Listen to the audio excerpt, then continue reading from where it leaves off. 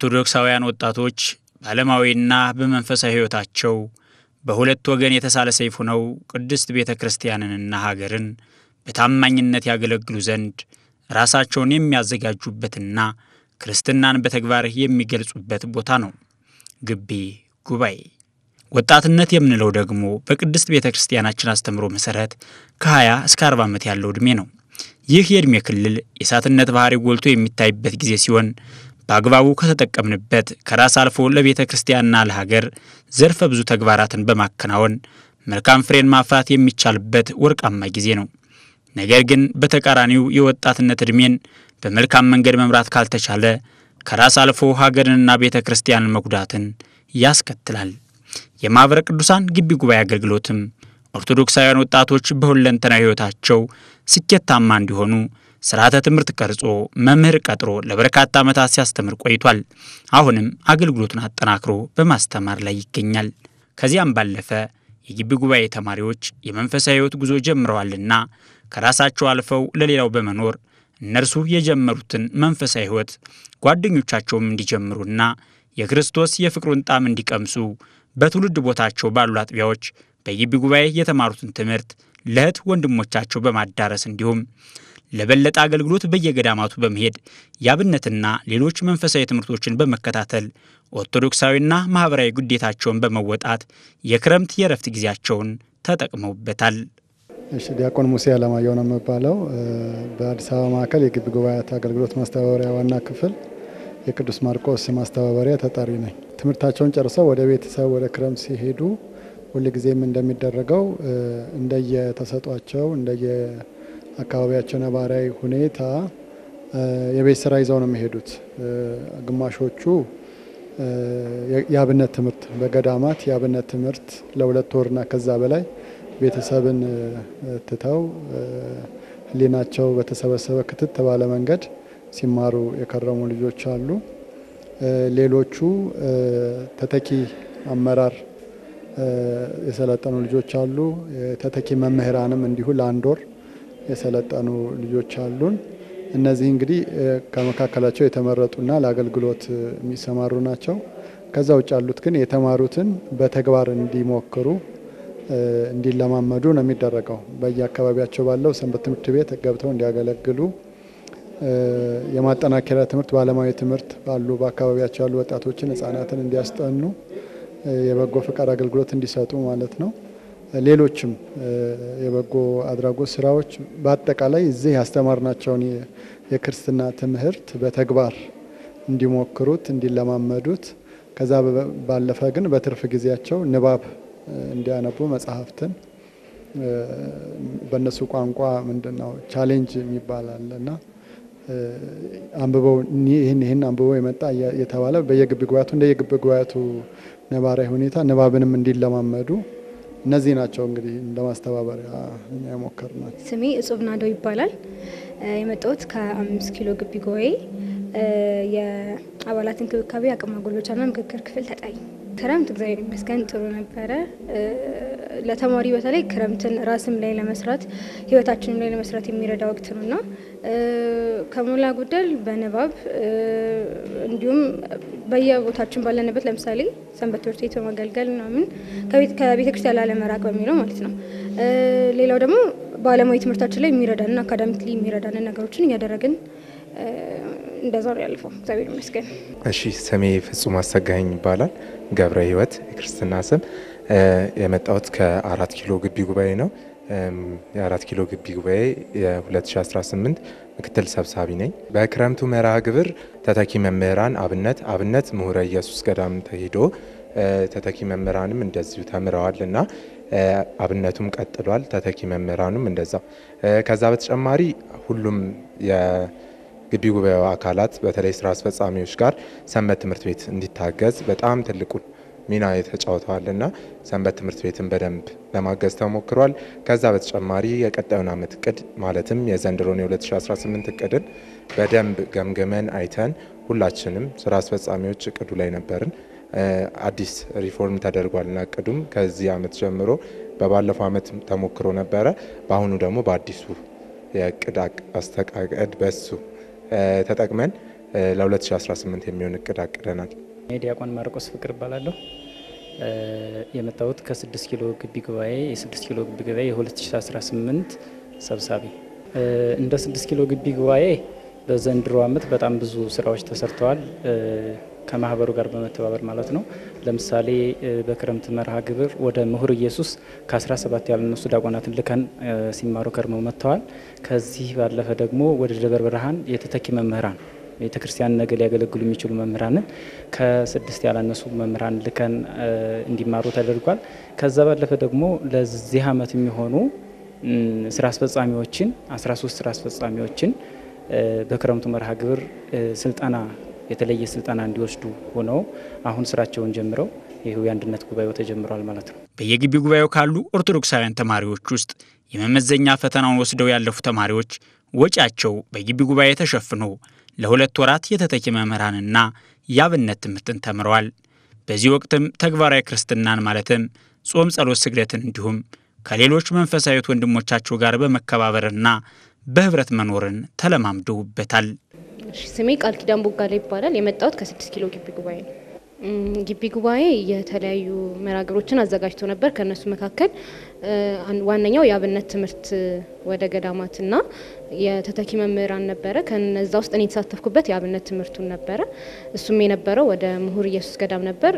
ለ2 ወር ያህል ቆይተን እዛ ተምረን መተናል ማለት ነው። እሺ እዛ ሄደን የተማርነው ማለት ካለንበት ነበር የምንቀጥለው። በየደረጃችን ነበረ። ንባብ ቤት አለ፣ ዜማ ቤት አለ፣ ቅዳሴ ቤት አለ። ከዛ ደግሞ ከፍ ሲልም ቅኔ ቤት እና የመሳሰሉት ነበሩ። እኔ የተማርኩትኝ ንባብ ቤት ውዳሴ ማርያምና መዝሙረ ዳዊትን ንባቡን ነው ተምሬ የመጣሁት። እና ደግሞ ገዳሙ በዋነኝነት አብነት ትምህርት ብቻ ሳይሆን ገዳማዊ ሕይወት እንዴት ነው የሚለውን ከመነኮሳት ጋር ያለው ነገር ከዛ እንዴት ነው ክርስትናው ላይ በደንብ በጸሎት እንድንተጋ ነበረ ሲያስተምረኝ ነበረው። ያ ማለት ሁሉም ነገር በፕሮግራም ነበር ሲሆን የነበረው። ምክንያቱም እዚህ እንደለመድ ነው ስንፈልግ ተኝተን ስንፈልግ ተነስተን ምናምን አልነበረም። ገዳሙ የራሱ የሆነ ሕግ ነበረው። ጧት ተነስተን ትምህርት እንሄዳለን፣ ሌሊት ከዛ ደግሞ ቅዳሴ የሚኖርባቸውን ቀናት አለማስቀደስ አይቻልም ነበረ። በዛውም ቅዳሴ በማስቀደስ ውስጥ ቅዳሴን ተምረን መተናል ማለት ነው። ስሜ አናንያ ዋላሸት ይባላል። የ5 ኪሎ ግቢ ጉባኤ 2018 ምክትል ስራ አስፈጻሚ ነው። የክረምት ጊዜን ያሳለፍኩት 2 ቦታ ነው። አንደኛውን ደብረ ብርሃን፣ ሁለተኛውን ደግሞ አኖ ውዳድ ቀራኒዮ መድኃኔዓለም ቤተክርስቲያን ያሳለፍኩት። ደብረ ብርሃን የነበረኝ ቆይታ ተተኪ መምህራን በሚል ነበር። ከ5 ኪሎ ግቢ ጉባኤ የራሱ የሆነ መመዘኛ ተደርጎ እሱም የማለፊያ ውጤት በማምጣቴ ያለፍኩት። እዛም የቆየ ነው እንግዲህ ለ1 ወር ያህል ነው። 1 ወር ያህል ጥሩ የሚባል መንፈሳዊ ትምህርትን ኮርስ የሚሆን ነገርን ተምረን መተናል። የተማርነው የመጽሐፍ ቅዱስ ጥናት፣ ነገረ ቅዱሳን፣ ኦርቶዶክሳዊ ሕይወት ክህሎት የመሳሰሉትን ተምረናል። እናም ከነዚህ ኮርሶች ጥሩ የሚባል አይምሮንም የሚገነባ ለሕይወታችንም ጥሩ የሚሆንን ነገር ይዘን ወጥተናል። በዚሁ አጋጣሚ መናገር የሚፈልገው ነገር ከተለያዩ ግቢ ጉባኤት የመጡ ልጆች ነበሩና ከነሱ ያገኘሁት ትምህርት እጅግ በጣም የሚገርም ነበረ። የነበራቸው ህይወት ከዚህ በፊት የሚያስገርም ነበረ። እሱንም ላይ የቻልኩት ማታ የዶርም መርሃ ግብር ነበርንና እዛ መርሃ ግብር ላይ ሼር በምንደራረግበት ጊዜ የሚሰጡት ምላሽና አስተያየት እና ውይይት ከነሱ ተምሬያለሁ። ጥሩ የሚባል የማንበብ ክህሎት የነበራቸው፣ በእነሱ ውስጥ ደግሞ የራሴን ጉድለት አይቼ ብዙ ነገር ላስተካከል የሚገባኝን ነገር ያየሁበት ጥሩ ጊዜ ያሳለፍኩበት ጊዜ ነበር። የመጣ ነው ልጆች ከተለያዩ ግቢ ጉባኤያት ነበር የመጣ ነው። እና ከብዙ ሰዎች ጋር አስተዋውቆኛል ለኔ ማለት ነው። በጣም ጥሩ እድል ፈጥሮልኛል እና ደግሞ ያወቅኳቸው ሰዎችም የተለያየ አይነት እውቀት ነበር የነበራቸው ከነሱ ተምሬያለሁ። በገናም ደግሞ ነበረ እዛ ማለት ሰዓት ነበረ በቀን ለ1 ሰዓት ያህል በገና መማር ይቻል ነበረ። በገናም በደንብ የሚያስተምሩን እነመሆይ ነበሩ። ደስ ይል ነበረ ማለት እዛ ያለው ነገር እንዴት ነው ሞር ክርስትናው ላይ እንድናተኩር ነበር። ይሄ አብነቱ ብቻ ሳይሆን በዋነኝነት ክርስትናው እንዴት ነው የሚለውን ነገር በደንብ አስተምረውን ነበር የመጣ ነው። እዛ ያገኘዋቸውም ልጆች በጣም ጥሩ ጓደኞች ሆነውናል። እህት ወንድሞችም የሆኑ ልጆች ነበሩ። ምክንያቱም ሁላችንም ከተለያየ ባክግራውንድ ነው የመጣ ነው። ግን እዛ ጋር ስንመጣ አንድ ያደርገን ነገር ነበረ። አብነት ይሄ የቤተክርስቲያን ትምህርት አንዴ ተምረን የምናቆመው አይደለም ማለት እኛ ተምረን ለሌሎች የምናስተላልፈው። ቤተክርስቲያን አንዴ ስታስተምር የሆነ እዛው ተምረ ወይ እንደ ዲግሪ ምናምን ተሰጥቶ የሚያበቃ ነገር ሳይሆን ለሌላው ማስተማር የሚባል ነገር አለና እኔ በአቅሜ አጠገብ ያሉትን ጓደኞቼን እንዲማሩ አትሊስት እኔ እንኳን ማስተማር ባልችል እንዲማሩ ግን መንገድ ማሳያቸው ይመስለኛል። ያያንን ነው ተምሬ የመጣሁት ለኔ ማለት ነው። እንግዲህ በስራ አስፈጻሚ ተመደብኩት 2018 ነው። ያኔ ተማሪ ነበርኩ። በተማሪነቴ ነው የሄድኩት እና እዛ ያገኘነው የሚሰጠው ትምህርት ውዳሴ ማርያም፣ ዳዊት፣ አቋቋም ይሰጣሉ። ተማሪውም ከግቢ ጉባኤ የሄዱ ተማሪዎች በፈለጉት ምርጫ መማር የሚፈልጉትን ነገር ተምረዋል። እኔም መማር የሚፈልገው ቁጥር ነበረ። መድረስ የሚፈልገው ድረስ ያን ያህል ባልሄድም የምፈልገውን ነገር ተምሬ መጥቻለሁ። እንግዲህ ከተማርነው የሚጠበቀው ስንመለስ ደግሞ እዚህ ያሉት ታናናሾቻችን አለ አይደለ ለነሱ የሚገባውን እኛ እዛ ያገኘነውን በተቻለን አቅም ለነሱ ለማስተላለፍ ነው እንግዲህ የሚጠበቅብን ነገር። የማህበረ ቅዱሳን ግቢ ጉባኤ አገልግሎት ማስተባበሪያም በ2018 ዓ.ም የአዲሱን ስርዓተ ትምህርት መሰረት በማድረግ በተለያዩ ማህበራዊና መንፈሳዊ አገልግሎቶች የቆዩ ተማሪዎች ወደ ግቢ መግባታቸውን ተከትሎ ሰፊ የአቀባበል መርሃ ግብር በማከናወን የስርዓተ ትምህርቱ የግንዛቤ ማስጨበጫና ሌሎች ስልጠናዎችን ሰጥቷል። በማስተባበሪያው በቅዱስ ማርቆስ ማስተባበሪያ አዲስ አበባ ዩኒቨርሲቲ የ6 ኪሎ 4 ኪሎ እና 5 ኪሎ ግቢ ጉባኤ ተማሪዎች ናቸው። የረፍት ጊዜያቸውን ጨርሰው ትምህርት ስለጀመሩ መመሪያችን በሚያዘው መሰረት የግቢ ጉባኤ ዋና ክፍሉ የዋናው ማዕከል ማለት ነው አዲስ ተማሪዎች ሲመጡ የቅበላ መርሃ ግብር እንዴት መሆን እንዳለበት የሚያዝዝ መመሪያ አለ። በዚያ መመሪያ መሰረት ተከታታይ ለ3 ቀናት የተዘጋጀ የእንኳን ደህና መጣችሁ የአቀባበል መርሃ ግብር ነው። እንግዲህ የመርሃ ግብሩ ይዘቶች የመጀመሪያው ቀን ቤተክርስቲያንህን እወቅ የሚል ነው። ይህም መመሪያው ላይ የተቀመጠልን ነው። ሁለተኛው ቀን ዘመኑን ዋጁ የሚል ነው። ዛሬ እያካሄድን ያለ ነው። የአዲሱን ስርዓተ ትምህርት በተመለከተ ገለጻ ነው። ተማሪዎች ምንነቱን ለምን እንዳስፈለገ ከነሱ ምን እንደሚጠበቅ ይዘቱን በተመለከተ ያሉትን ጉዳዮች ያው በስልጠና መልክ ለተማሪዎች ግንዛቤ እያስጨበጥን ያለንበት መርሃ ግብር ነው። ለመጀመሪያ ጊዜ ነው እንደዚህ አይነት ጉባኤ ተሳተፍ። 3ቱም ግቢ ጉባኤያት አንድ ላይ ሆነው በጣም ጥሩ ነበር። ሞር የሆነ እንዴት ነው አንደኛ በአገልግሎት ደረጃ እንኳን አቀራርቦናል። ሁለተኛ ነገር ደግሞ እንደዚህ አይነት አቀባበል አይቻልም ነው። በጣም ደስ ይል ነበር። ዛሬ ካልተሳሳትኩኝ ስለ ግቢ ጉባኤያት አጠቃላይ የሚወስዷቸውን አይነት ኮርሶች ገለጻ እያደረጉ ነበር እና ከዚህ በፊትም የነበሩት ጉባኤያት እጅግ ደስ ይሉ ነበር። እግዚአብሔር ይመስገን ጥሩ ነበር። ይሄ የ3 ቀን የዌልካም መርሃ ግብር በጣም ከጠበቁት በላይ ሆኖ ነበር ያገኘሁት። የመጀመሪያው ቤተክርስቲያንን እወቅ ነበረ ተብሎ የተነሳው ሞቶ፣ ሁለተኛው ደግሞ ዘመንን ዋጁ ነበረ፣ ሶስተኛው ስለ አዲሱ ስርዓተ ትምህርት ገለጻና የግቢ ጉባኤ ፍሬዎች በሚል ነበር የተዘጋጀውና በጣም በሚገባ መልኩ መምህራኖቹም በሚገባ መልኩ አስተምረውናል። የመጀመሪያውም ቀን ሁለተኛውም ቀን አሁንም ሶስተኛውን ገለጻው በሚካሄድበት ሰዓት በጣም በአሪፍ መልኩ ነበረ የቀረበው። ይሄ ግቢ ጉባኤ ዌልካም ፕሮግራም በጣም ከሌላ የለየው የ3ቱን ግቢ ጉባኤያት አንድ ላይ አጣምሮ ፍቅራችንን ህብረታችንን ያሳየ ትልቅ ጉባኤ ነውና በጣም እኛም ደስ ብሎናል። ውጭ ያለውን አቀራርቦን እርስ በርስ በደንብ ተዋውቀን ጥሩ የሆነ መርሃ ግብር አዘጋጅተን ጥሩ ተማሪ ጠርተን ያካሄድነው መርሃ ግብር ስለሆነ እኔ በግሌ በ4 ኪሎ ግቢ ጉባኤም ስም በጣም ደስ ብሎናል እና እንደዚህ አይነት ነገሮች ደግሞ ከዚህም በኋላ ቢቀጥሉ ፍሬሾች አቀባበልም በዚህ መልኩ ቢካሄድ እላለሁ። ማዕከሉም ላደረገልን ትልቅ አስተዋጽኦ በጣም ነው የምናመሰግነው።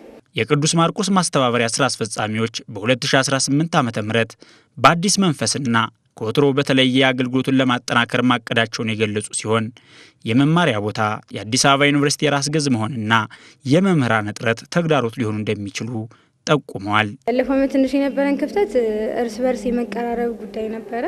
ማለት አንዳችንን ጉድለት ለመሞላላት በደንብ አለመታወቅ ነበረብን እና እሱን በዚህ ዓመት እግዚአብሔር ቢወድና ቢፈቅድ እሱ ላይ ሞር ለመስራት እኛ ከተያያዝን ነው አባላቶቻችንን መያዝ የምንችለውና እሱ ላይ ለመበርታት ነው እቅድ ብለን የያዝ ነው። ባለፈው ዓመት ችግር ናቸው ከሚባሉ ጉዳዮች አንደኛው የተማሪዎች ማነስ ነበርና ያም የፈጠረው የአዲስ አበባ ዩኒቨርሲቲ ራስ ገዝ የመሆኑ ነገር ነበር።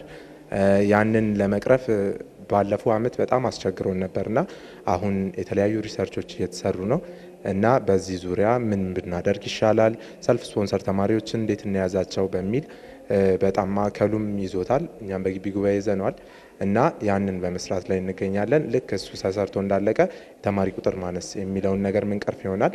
የመጀመሪያው ዋናው መድረስ ያለብን ተማሪው ጋር ስለሆነ እሱን በዚህ እንፈታለን። ከዛ ሲቀጥል የቦታ ችግር ነበረ።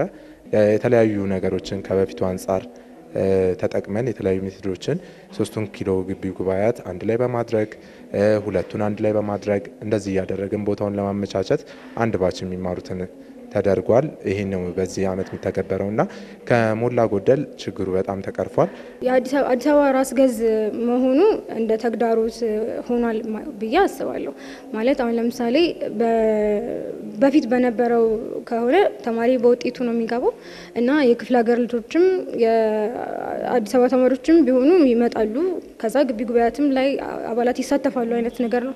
አሁን ግን ራስ ገዝ መሆኑ በተለይ በሰልፍ ስፖንሰር ማለት ሰልፍ ስፖንሰርድ የሆኑ ተማሪዎች ሲመጡ ሞር የአዲስ አበባ ተማሪዎች ናቸው፣ እዚህ ግቢ የማይገኙ አይነት ተማሪዎች ናቸውና ብዙ ጊዜ ደግሞ ጉባኤያትን የምናደርገው ማታ ማታ ላይ ነው።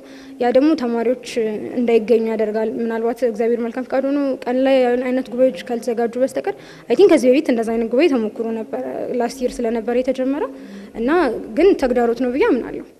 በየቦታው ኤልሲዲዎች ተዘጋጅተው ስለ ስርዓተ ትምህርቱ መጀመሪያ ገለጻ ተደርጓል። ይሄ ነገር እንደ አንድ መንገድ ቀዳጅና ፈርቀዳጅ ነው ያገለግላል ማለት ነው። ከዚህ ባለፈ ምናልባት ተግዳሮት ሊሆኑ የሚችሉ ብዬ የማስባቸው ምናልባት የቦታ ጉዳዮች ላይ ያስተካከሉ ይችላሉ። እነሱ አዲሱ ህንጻም ስላላለቀ እንጂ እስካሁን ድረስ በበቂ ሁኔታ አሪፍ እየሄደ ነው። እንደሚታወቀው እንግዲህ 6 ኪሎ ግቢ ጉባኤ 6 ኪሎ ራሱ ኮሌጁ የሶሻል ተማሪዎች የሚማሩበት ነው። ከዚህ ጋር ተያይዞ ሳይኮሎጂ፣ ፊሎሶፊ እንደገና ደግሞ እነዚህ ሎ የመሳሰሉት ኮርሶች የሚሰጡበት ፖለቲካል ሳይንስ የመሳሰሉት ስለሆኑ እነዚህ ራሳቸው ወደ የተለየ ፍልስፍና የሚመሩበት አጋጣሚ አለ እና ተማሪውን ያልሆነ እርምጃ ውስጥ የሚያስገቡት ምናልባት አቅጣጫውን የሚያስቀይሩ ከቤተ ክርስቲያን የሚያስወጡት አይነት መምህራኖች በግላቸውም ስላሉ እንደዚህ አይነት ነገሮች እኛም ስንማር ገጥመውናል። ስለዚህ ለ6 ኪሎ ጉባኤ የተለየ ይህን የተገነዘበ መምህር ያስፈልገዋል። ወደ ንስሐ አባቶች ስንመጣ ንስሐ አባቶች ያው ሁሌም ቢሆን አንዳንዱ ጥሩ አለ፣ አንዳንዱ ደግሞ ማለት ከእድሜ ማርጀት ከቁጥር ብዛት ከብዙ ነገሮች እንግዲህ የተነሳ ተማሪዎችን አድረስ ማድረግ አልቻልንም። በጣም ተቸግረናል በዚህ ጉዳይ። ተማሪዎች ፈልገው ካልሄዱ በቀር ብዙውን ጊዜ መምህራኖች ምንድነው ንስሐ አባቶች ራሳቸው አድሬስ ማድረግ አይችሉምና ይህን በንስሐ አባቶች መፍረድ ሳይሆን ከቁጥሩ ብዛት የተነሳ ይህን ማድረግ አይችሉምና በዚህ ጉዳይ ችግር አለብን። እንደ 6 ኪሎ ግቢ ጉባኤ ሰብሳቢነቴን ማስተላለፍ ፈልገው በጣም ዩኒቨርሲቲው ራስ ገዝ ከመሆኑ ጋር ተገናኝቶ አሁን የህግ ለውጦችን እያደረገ ነው እና ከዚህ ጋር ተያይዞ 6 ኪሎ ላይ መጀመሪያ ተግባራዊ የሚደረጉት ህጎች እዛ ናቸው እና ከዚህ ጋር ተያይዞ አምናም ሲነሳ የነበረ አሁንም ያልተነሳ ሰሞኑን እንደ አዲስ እየተንቀሳቀሰ ያለ የነጠላ ጉዳይ አለ። ይሄንን ጉዳይ ከኛ አቅም በላይ ስለሆነ ማህበሩ ተረድቶ በሚሄድበት አቅጣጫም ቢሆን ሊድ አድርጎን እኛም መንቀሳቀስ ባለብን መልኩ ተንቀሳቅሰን ይሄን ነገር ቢቆምና ወይም ደግሞ መፍትሄ ቢሰጠው። ምክንያቱም እንደ አዲስ አበባ ዩኒቨርሲቲ ተግባራዊ ከተደረገ ነገ ሌሎቹም ራስ ገዝ በሚሆኑበት ሰዓት ከዚህ ስለሆነ ተሞክሮ የሚወስዱት ይሄ ነገም ለሌሎቹ ጉባኤያትም ፈተና ስለሚሆን ይህን ነገር ቢተባበረን።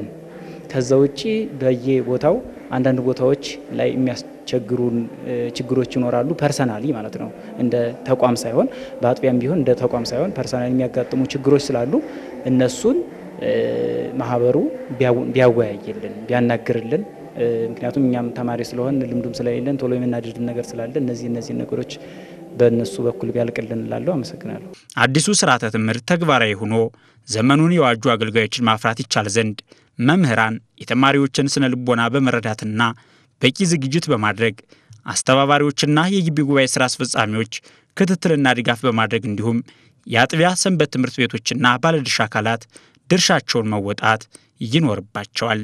መጀመሪያ ፈልገው ከመምህራኑ ነው። አዲስ ስርዓተ ትምህርት ነው። በደንብ ማንበብ፣ በደንብ መዘጋጀት ከተፈለገው ስርዓተ ትምህርቱ ሲቀረጽ እንዲተላለፍ ከተፈለገው መልእክት ጋር ብቁ ዝግጅት ያስፈልጋል እና በበቂ ተዘጋጅቶ አንድ እስከዛሬ በነበረው ስርዓተ ትምህርት በብዙ የሚፈትነው አንዱ ይሄ ነው።